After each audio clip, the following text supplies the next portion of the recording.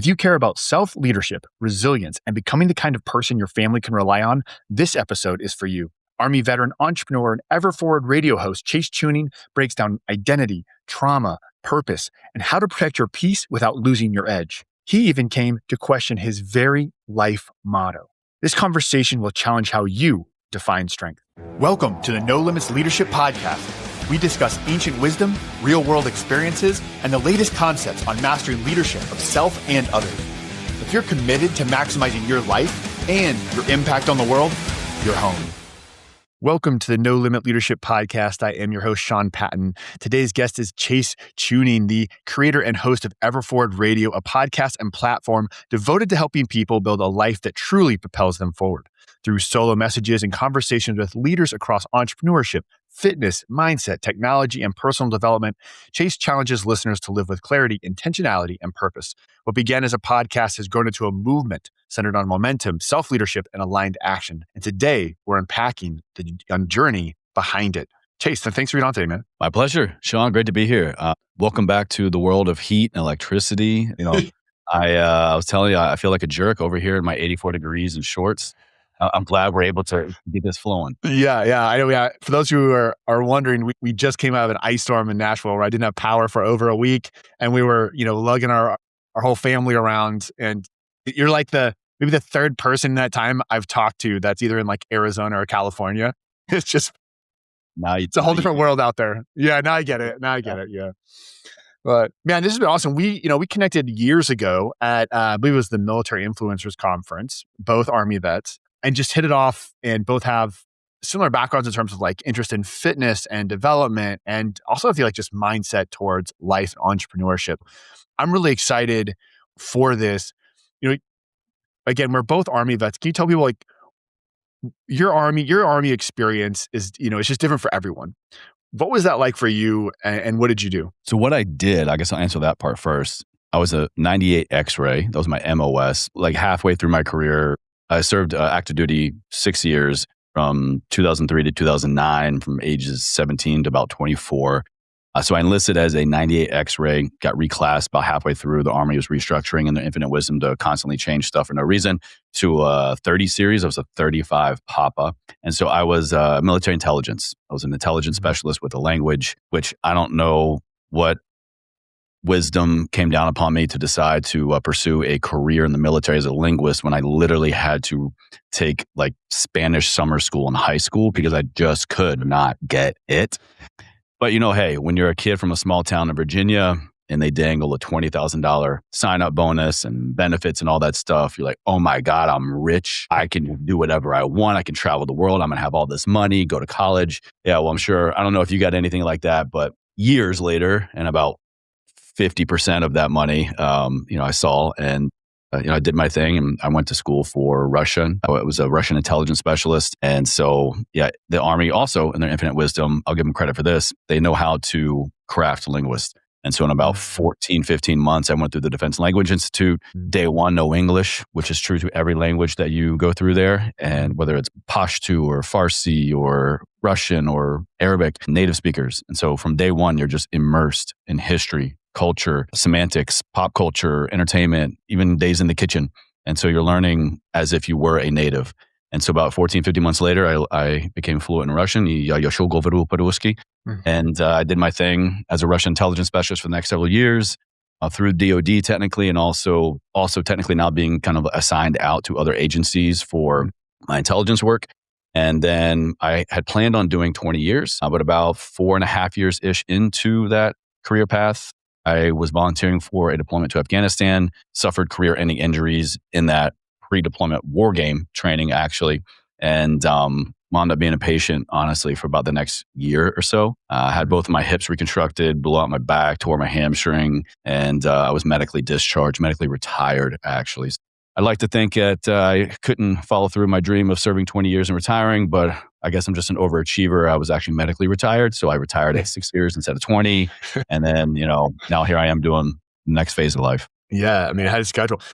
That is such, we talk about, I'm sure you work with different clients or people on the podcast around these major transitions in life and whether they're sort of like forced upon you or decided upon. But at such a young age to go through that physically and mentally, right? Like such a shift in the vision and direction you had in your life to what's next, like what's the next step look like.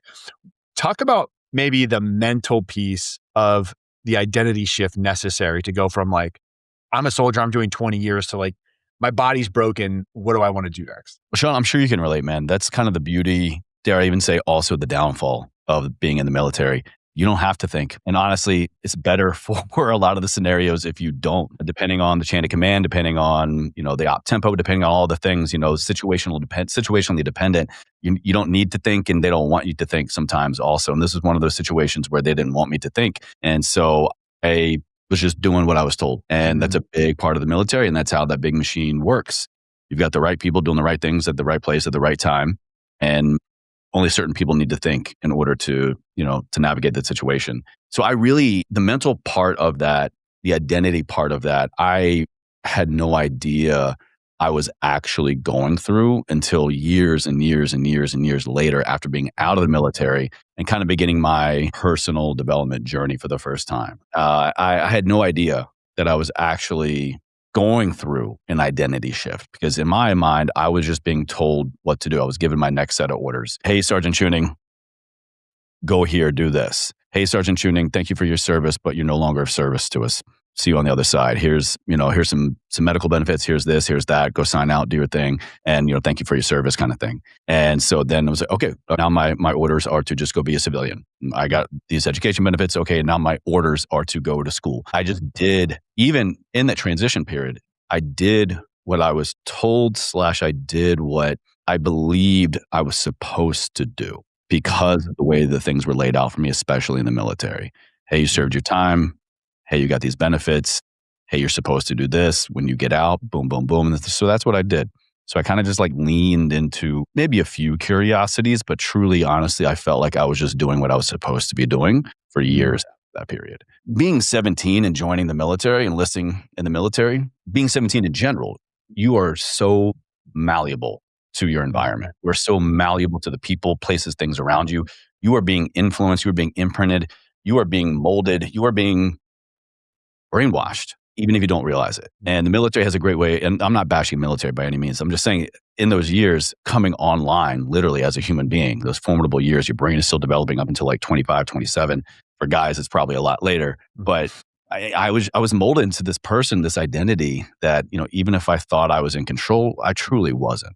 And so it wasn't until then, like 36, when I unpacked all of that and I went through, I got like my dream of serving 20 years in the military was taken away from me. My dream of this career of going green to gold or pursuing becoming an officer or just like navigating cool schools and things and deployments and just all the things that I thought I wanted to be, I had no say-so in that stopping. It was not my choice. It was not my will. And in fact, not only was that taken away from me, but my physical abilities for daily living radically changed. And so not only was I, and these are all things I was unpacking, not only was I navigating a identity shift, a career shift, but navigating like learning how to walk again and navigating like needing to be reliant on people for just like daily function and getting around. And being young was like honestly a bonus because you're so naive and you're so much more resilient and stupid, honestly, and oblivious. And so you can just roll with the punches more and more. And you think just because, maybe personally speaking, just because there is a next task in front of me, that is the right thing. Just because I can find a way to move forward and navigate through something, whether that's just literally getting out of bed today or going to school or finding a job or building new community, knowing where to go, what to do, and how to do it without someone telling me, hey, Chewning, be at this place, at this time, in this uniform. It was a total new concept to me. But I think my youth really positively influenced me in a way to roll with the punches a lot more. But man, it wasn't until 36 when I went down that rabbit hole of what that actually meant and recognizing and honoring and respecting and processing all those emotions that I didn't fully realize I was having and also suppressing at the same time. And there's so much that I can relate to, the transition conversation. So much of that of my own experience too was just sort of happening. And I didn't have, I did a little later. I was 32, but going to West Point, 3 weeks out of high school, 4 years at West Point, 10 years as an officer. And it was, Iraq, Afghanistan. It was infantry, special forces teams. Like it was just next. And I got wrapped up in that. And then it's so funny. I haven't really thought of it till just now, the way you said it's like what you're supposed to do next. So it was, well, I want to start my own company. So what's that? And it was just always sort of like the next mission, the next position, the next thing, and slowing down and like really processing like, who am I? What does that mean? What can I be? It was just always just a focus on what I'm supposed to do. Like, what is that next thing? Yeah. And what I'm hearing, one example I use, I don't know if maybe you can relate to this or not, it was in my mid 30s for me as well. A few years after I got out of the military, I was like, how do I want to dress myself? I've been since I was in high school, because I know how it was for you, but like I remember being in the military, right? I was in the private schools. Yeah. So I had a dress code. Oh, I had the flexibility of like 3 different colors I could wear, but it was black, khaki, or navy blue all the time. So then I like downgraded to the military. We had the ACUs when I was in, or BDUs and then ACUs. Yeah, man, I swear when I got out, I can't wait to wear whatever I want. Now I wear the same 3 freaking things all over again. I wrote off camo, and now I love camo. Now it's just like I'm going back to just reducing as much decision fatigue, but you don't realize how much of that is wrapped in, dare I even say identity, and just like choosing what you wear. It's the version of yourself you're putting out in the world, right? Exactly. But like that was a thought process you never. It was weird. It's almost like reverse for me of like, all right, what am I going to wear to show to the world? It was like the immediate question I had to answer, I guess. But then behind that, I was like, well, who is the me that I'm trying to present to the world? Like, right? It was like a layer of peeling back. And even though, you transitioned out of the military younger than I did, I find it interesting that it sounds like for both of us, it took us to our mid 30s to get to a place where we can have that type of introspection and maybe move past or start to question what am I doing what I'm supposed to do? Yeah. I mean, on one hand, I say there's always the chance I'm an actual idiot, and maybe I was just slow to get there, but everyone's journey is their journey, right? And I in sharing my story, it always I'm a different person today sharing my story than I was, maybe sharing my story last month or last year. And so I always have unique or different perspectives, or kind of like a next layer of consciousness, on myself, looking at myself. Mm-hmm. And one through line through all of these perspectives is always give myself more grace, because every time I'm talking about this, there is such a huge component of identity. And in any phase of life, whatever we're navigating, in my opinion, I think we always are landing on an identity shift. And it's either who do I want to become, or who do I need to no longer be? And in both of those, there's work involved. And where I feel like I've landed recently is, this kind of new mantra I have is I'm exactly where I'm supposed to be. And if I'm exactly where I'm supposed to be, then I am who I need to be. And it's a radical surrender and ownership at the same time of my circumstances and identity. But that's a daily battle, right? And so at the time of transitioning, I was the version of me that I needed to be for me for those circumstances. And whether that was, hanging up the uniform for the last time, whether that was having my mom help me around campus because I'm still on a cane, signing up for school, whether that's getting a job for the first time post-military and figuring out what, how do I translate what I did in the military onto a resume? I remember sitting in my first big boy job out of the military. And Sean, I shit you not, man, like after the fact, they told me this after I got the job, because we kind of got joking. They're like, and the person who hired me knew this about me because her ex was a Marine. She was like, I swear to God, Chase, like you thought you were in a promotion board. You were just like sitting down just like this. And like, it was like rigid head turns and direct eye contact and like repeating back the question. And, so I kind of knew that was the mode you were in. But I mean, it just goes to show you how much identity is wrapped up in our daily life, in what we do and how we do it, what we wear, what we say. And so I go back, to the grace that I need to give myself, every version of myself, that's the Chase that I needed to get through that. That's the Chase that I thought. And so now I can land on fully myself now. And there's so much power and joy and peace in that. But it took me as long as it took me, just like it took you as long as it took you. What I'm hearing you say there is, you've landed on this very self-aware, conscious place, and I'm right where I need to be, and this is who I am, right? I am who I need to be right now in this circumstance. And I'm relating to this very hard, as I'm sure a lot of people who are listening are. And what is your take, or if there is a struggle around, yes, that is happening, and who do I need to come or for the next version of me? Or is that not even a thought for you? Like, is it, I'm good now? Like, how do you balance that, the almost seemingly contradicting points? If I'm understanding your question correctly, I think it's first we have to have the recognition that if we're talking identity here, there's always going to be a push and a pull. Mm-hmm. There's always going to be the version of ourselves that we are pushing ourselves to be. Whether we realize it or not, simultaneously, there's also a version of ourselves that is being called out, that is being pulled. It's that pull push, you know? And I think if you can get to a place to where you can recognize both are simultaneously existing at all times, and they both want you to be the you that you need to be. The funny thing is that you've always been it. I believe the truth that we are seeking is the one that's always been there. It just, we're too often stuck in the drive mode and stuck in the, I need to go be this person. I got to find out who I am, find out what I'm worth, find out what I'm capable of. It's the old adage, right? You know, I got to climb this mountain. What happens when we get to the top of the mountain? We just see the next mountain. And so every time that I've had that drive to be the next version, to get the promotion, to climb the ranks in the military, you know, to transition to be a civilian again, to go to school, to be the scholar, to get the job, to get promoted in the job, to transition out, to be an entrepreneur, to start a thing, to be a creative. Where I am now, and of course this comes with hindsight, you know, years and years later and lots of self-reflection and lots of mistakes, is going, I've been this person my entire life. Mm-hmm. I've been this person my entire life, but I was just so adamant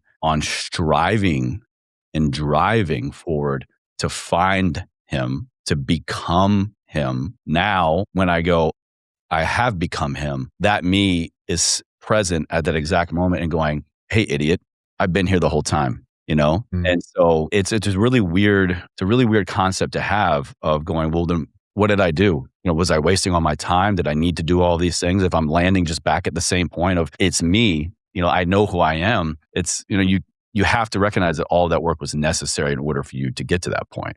So like it all matters, but also at the same time, it's pointless, I think. Because that version of ourselves is always there. It just, we get really, really good at tuning it out. We get really, really good at not listening, or dare I even say forgetting our intuition, forgetting our truest self, what we like, what we don't, what creates energy for us versus what takes energy away from us. And then when you land on the most complete, fulfilling version of identity in your life, it is when the past comes crushing forward into this recognition of the present moment that you have of like, I had to become this person, but I've also been this person all along. And I just found a way for both to coexist. It's this homeostasis of the soul. And has it been through actions with Everforward Radio, with, you know, with sort of like exploring and having these conversations, and sort of like, I make up that the work, the position you've put yourself in with the work you did with health coaching, and then now with Everforward Radio throughout the years, that in order to be a leader, a person of influence, in order to like be that person, that identity of that person, it's required you to be a person who does this type of reflection, right? Like to me, that's leadership, right? Self-leadership first, so that you can be that vision that you're trying to create. Do you think that was true? Do you think that's intentional? Like, was there an idea of like, I want to put myself in this position to be this person? Or was it still sort of like outside of you? Like, I want to create this thing outside of me. What was the drive? That's a good question. I think that question is like the impetus for everyone in the personal development journey. And that moment where we all have that question of, who do I need to talk to? Who do I want to interview? What book should I read? What podcast should I listen to? What conference should I go to? What journal should I get? The second, before you even take action on any of that, the second that you have that thought, that is your soul's version, your truest self, poking the bear a little bit. That is that version letting you know, hey, I'm here. That curiosity, that spark, that interest is the initial friction that you are about to create in your life for the better. I feel like there's something more for me here. I feel like I'm capable of more. And it might be a struggle in the beginning. I know mine damn sure was, of like, I feel like I'm supposed to be more. I feel like I have to. And these are all constructs. These are all external things placed upon us by, I had this guest once say this beautifully. I'm going to probably butcher it, but basically we are molded. These constructs are created by pastor, mother, forget it. Basically your environment, right? Whether that's religion, whether that's how you were raised, call it nature, nurture, whatever. And so that initial curiosity is that soul's version, the true version of yourself, letting you know, hey, I'm here. And then you have to go down the journey of curiosity, of exploration, of friction in order to ask the questions and to, take what serves you and leave what doesn't, kind of thing. And I think it was just finally this tipping point of, man, there's got to be more to life. There's got to be more that I am capable of experiencing in my life. And there's got to be more that I can give back in this life, because the way that I'm going about it, I'm not going to say it wasn't moving the needle, because, man, I was like, I had the girl, I had the job, I was getting promoted. Externally, things were propelling and moving forward, and it was great. But like the more and more that the external version of myself was moving forward, the true version of myself was getting left in the past. That is what made me go, maybe there's something different I can be doing here, or should be doing. And it was through those curiosities of reading The Daily Stoic, of reading Ego is the Enemy, of getting a piece of paper and beginning journaling, of getting the idea for a podcast and reaching out, and asking all of these experts and community leaders and people that I found curious and I respected, were not just because of like in awe of what you're doing and how you do it, but it was because by me flexing this curiosity muscle, I'm every time giving myself permission to allow that version of myself to come forward more and more and more and more. And then ultimately, I love that you brought up my health coaching background. That's what I did for many years, like 4 or 5 years after the military, after school. I got my degree in exercise science and master's in health promotion and nutrition. It's kind of how I landed on working with all of my clients. I tried so hard to be that external self, the external authority. Like, I got the degrees, I got the cert. I have all these letters after my name. I can tell you, I can give you a workout plan, a meal plan. I can, help read your labs with your doctor. I can look at what I can do. Look who I can be. Look at the things that I know. And for the majority of my clients, my patients, I was a clinical health coach, we call them patients. Majority of them, it didn't work in terms of adherence. It might have worked in the beginning of being, oh, that's impressive. Oh, you know some stuff. Oh, okay, we can try this. We can do that. Sean, when I laid that version down and just became a human and just allowed myself to be fully present with my patients, we were able to save their lives, radically transform their health. And so I realized I was kind of beginning to adopt the same philosophy in my personal life. I don't need to be the version that I think I need to be for myself or the people around me. It might work. Again, I might have the right things on paper. I might have the experience and studies and expertise, but that's not always situationally dependent. Just because I can doesn't mean I should. Also, it doesn't mean I want to, honestly. I found so much more joy in that career by just sitting with people and getting to know them personally and understanding what I know now is like the true core of behavior change is intrinsic motivation, is this ability to adopt a concept that comes from within because it connects to your truest self, your truest identity, that is going to help you take action, help you take aligned action in the right way towards things that matter most for you. I could give somebody a great workout and help them lose weight, and that's going to be great. But you know what? When they come back in a year and the weight is back on and their cholesterol's through the roof and their diabetes is back because we haven't addressed, they never wanted to. What they wanted was just like somebody to take a walk with them because their husband died last year, and that's what kept them mobile. That's what really matters. And that's connection to your truest self. That's connection to what you want to do and how you want to do it. And especially when it comes to our health, but damn sure when it comes to our identity, that's where I think people spin their wheels unnecessarily. If someone's relating to what you just said around, I like to talk about curiosity and identity, and the way you mentioned that curiosity spark of, I think it's a spark of your soul, like kind of peeking out, right? Question like what was out there, and framing that as that's the spark from inside of us, our true self, as opposed to being fed externally that we need to do more or be more. There's something else we're like lacking. I love that frame, but what keeps people when they feel that from acting on it? Like what holds them back from embracing and leaning in with the kind of like curiosity and action that you're talking about? They don't feel safe. And that's either a very conscious thing, but I think for most of us, it's a subconscious thing. And here's how I figure it out. I was finally in a safe enough environment to fully allow these curiosities to express themselves. It looked like I was losing my mind. It looked like I was breaking down. I quite literally, for the first time, had a panic attack in an event. At that time, due to undiagnosed PTSD, but it only happened because I was in the presence of someone that I wanted to believe was safe enough. And I wanted to believe these things, but I, for whatever reason, couldn't allow myself on the surface, on the conscious level, but subconsciously, and I'm talking about my now wife, subconsciously, my nervous system knew that this is a safe place to allow this to come forward. And it looked like I was falling apart. It looked like my mental health was the worst it had ever been. It looked like I couldn't control my mood or my temper or my emotions, but it was quite literally the opposite. It was my nervous system letting me know that this container you are in, this person you are around, this mindset you are finally learning how to adopt and to keep on a semi-regular basis is what is necessary for you to continue to explore these curiosities, to continue to allow what no longer serves you, to leave it behind. And more importantly, to actually look behind you for the first time in your life and face these things that you've been ignoring, that you've been running away from, all through the external guise of driving forward. And it was very counterintuitive for me because I quite literally built my life and my brand and philosophy and my podcast around these two words of ever forward, ever forward. The obstacle is the way. But what I didn't realize at the time was by me doing so allowed me the momentum. It allowed me to achieve these things.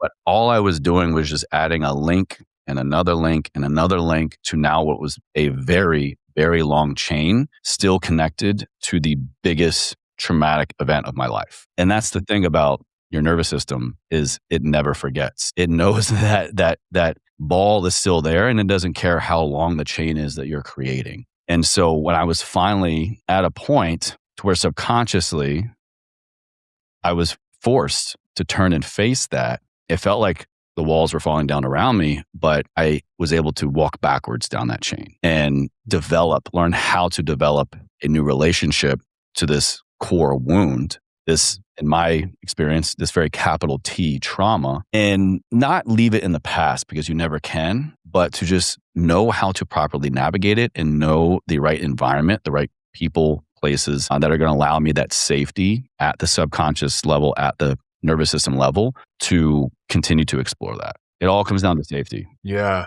Yeah. I'm hearing safety. I hear you say safety. And then also what's coming up for me when you say that is like a fear response. Like, oh no, that's scary. Like maybe the possibility or the unveiling of this curiosity I have about myself or what's possible or what my true self is. It's like, I don't feel safe enough. Like it's this concept of safety, but then also like the fear of that keeps us like, well, it's going to shut that, pretend like that door is still closed. We're going to go along.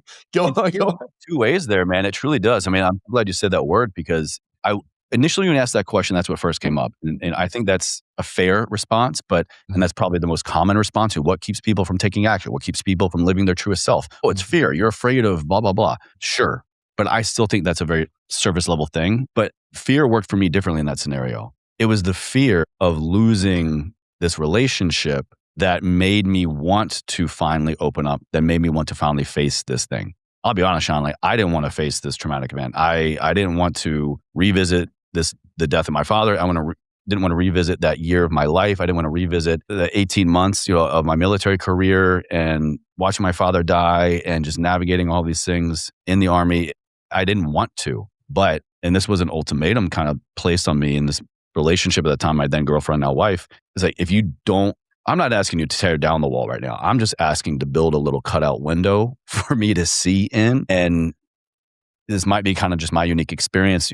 My person, I didn't want to lose her. It was a bigger fear for me to lose her than it was to keep living my life and not facing this traumatic event. And so for me, that's how fear worked in my favor. And so that's also how we can use fear in our benefit if we just understand what we're actually afraid of. Fear can be the limiting factor here of not living our true self, of not exploring these curiosities. But have you actually sat down and spent a few moments, spent a day, spent a week with fear? Fear is going to be one of our greatest teachers. I just think a lot of us don't know exactly what we're afraid of. And if we can get clarity around fear in our life, it is going to teach us exactly the direction we need to go to overcome that fear. Great, maybe one day.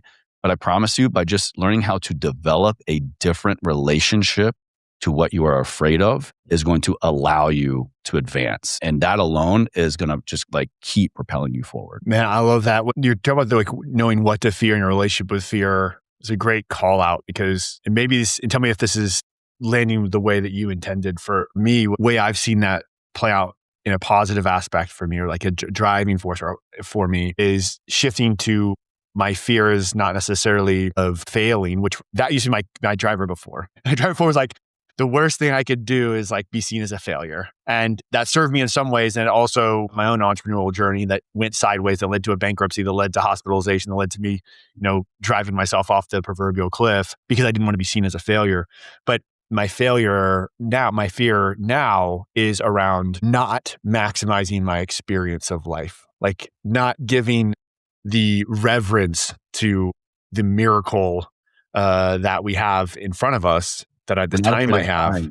We're afraid of living. That's what it's not a fear of failing. It's a fear of not knowing how to appreciate the success that we have. Yeah. I think that's become, now that you say that, has become more and more true over time for me. So I'm interested, you mentioned you built this brand around EverForward and you've got this hugely successful podcast. One of my favorite podcasts, by the way. You're always in my Spotify Wrapped is always EverForward Radio.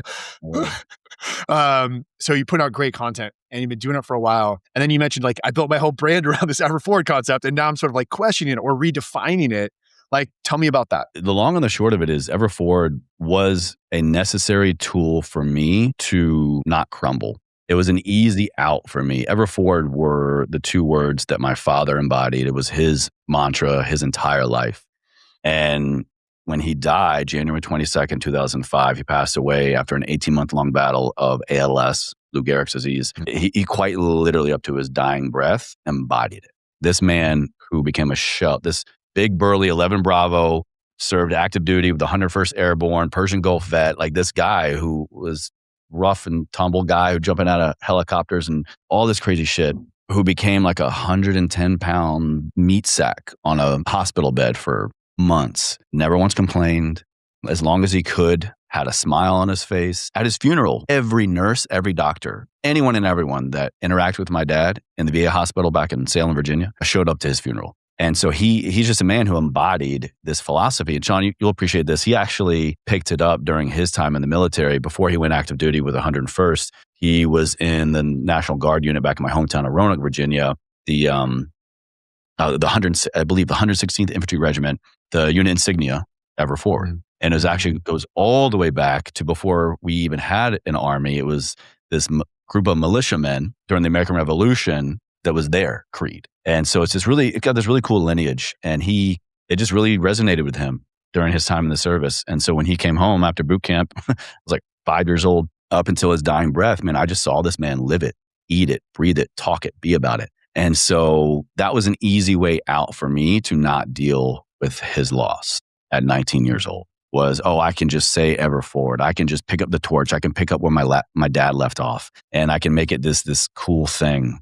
And it sounds motivational, inspirational, and it was what I needed at the time. But it was the greatest tool. It was my greatest asset, but my greatest crutch at the same time, because it allowed me to seemingly move forward and to drive on with my life. But it also allowed me the ability to curtail dealing with those emotions and processing that loss and everything else that I went through at that time. And so that's where it came from. And that's how it got started. When I got the idea, I wanted to do a podcast. Oh, of course, it's got to be EverForward something. It's got to be EverForward Radio. There we go. That sounds good. And that's what I did. So, and then I launched it January 22nd, 2007. Oh, no, excuse me. Oh my God, where are we? 2017, excuse me. So now we're 8 years later. And so EverForward was just kind of this thing that I created as a continuation, as this quote, legacy item. But again, my biggest crutch. And now, like, I still love it. And those two words will always be impactful to my life. They're on my microphone flag. I have them tattooed on my arm. It's been my license plate for a long, long time. And it will always provide it's given me this great new relationship with my father. But I finally, for the first time in 21 years of him being gone, have embodied my own relationship to it. I have created my own new identity as a man, as a father, as an entrepreneur, and as his son, to go like I don't need that anymore. I don't need to constantly drive. I now fully know that I'm capable of doing that when I need to, when I want to. But I am right here where my feet are now. I think I picked up that from our mutual friend, Ben Smith. Shout out, Captain Ben. Be where your feet are. And so with that, it's just like radical presence, a very dynamic relationship to presence. But one has just landed me in like, I can just be Chase. I can just be Chase, and I can shift into high gear. I can shift into low gear. I keep going back to, man, I've been out forever, but God, like, what's the op tempo? What's mission specific criteria here that I need? And so it just allows me opportunity to just like be me and know that it's always there when I need it, should I need it. And as you've transitioned to this new way of being, this new way of self-leadership, you've also had a transition, you mentioned your wife, and now you have a son who's about, I think a few weeks older, younger than the 30th. Yeah. The 30th? Okay. See, my son turned 1 on January 15th. So like 2 weeks apart. How has that transition in your life, or let me rephrase this. How do you view your role as a leader in your family and relationship? Protector. And I used to, I'm sure you can relate here, man. Being a new parent is the most adorable, naive, precious thing. You think you have an idea what's coming, but oh my God, your world is going to be shooketh. I used to hear that, a man provides, a protector, but I've learned to truly understand the depths of that word, the capacity that it requires, and the different versions of what a protector is, as myself, as a father, as a husband, and as a provider. And there are so many ways that if you are not mindful of who you're protecting, what you're protecting, and what you're protecting it for, that you will allow your energy to escape. You will allow yourself to say yes when you need to say no. Or hell, man, just insert a freaking pause. Like, you don't need to say yes. You don't need to say anything right now. You don't need to do anything right now. Being a protector of my peace, my energy, my everything, as well as that for my wife and my son, being a protector, I think is the ultimate form of leadership right now, at least that my family needs, and one that I am dancing with every day. I don't need to batten down the hatches or, build a fence, build a wall, or, secure the perimeter anymore. I don't need to be that. I don't need to be the warrior, it's better to be a warrior in a garden than a gardener in a war kind of thing. And right now, I'm the warrior in the garden kind of thing. And so knowing that I'm protecting my peace and my family's peace, and again, knowing that if I need to shift into this other version, I can, because I've been through it, but just protecting them and protecting the peace at all costs. With that, man, Chase, this has been awesome. I really appreciate your time and your insights and your wisdom today. Great question, Sean. Thank you, man. Not that often on the other side of the microphone, as I call it, but I always appreciate the opportunity to do it, because it gets me even more insightful. And so thank you for the questions, man. I'm going to take them with me. Awesome. And we will obviously put all the links to you and to Everforward Radio. And if you haven't checked out Everforward Radio, make sure you go on there, because I know I am taking notes and get something valuable every time you interview somebody. Thank you, man. Thank you. Yeah, Everforward Radio, anywhere and everywhere you listen to or watch podcasts. I now kind of describe it as falling into one of two buckets. It's all content interviews around physical and mental resilience. Perfect and succinct. What a pro, dude! I'm learning from you right now. It's been years, man. It took me years to get. I'm still. All right, thanks so much, bro. It's been great. Thanks, Sean. Thanks for being a part of the No Limit Leadership family. This isn't just a podcast. We're building a movement of no limit leaders driven to unlock our greatness and lead the world forward. If this made you think or gave you something useful, please, right now, go hit follow, and then share it with one leader you believe in. Challenge limits, develop leaders, fuel greatness.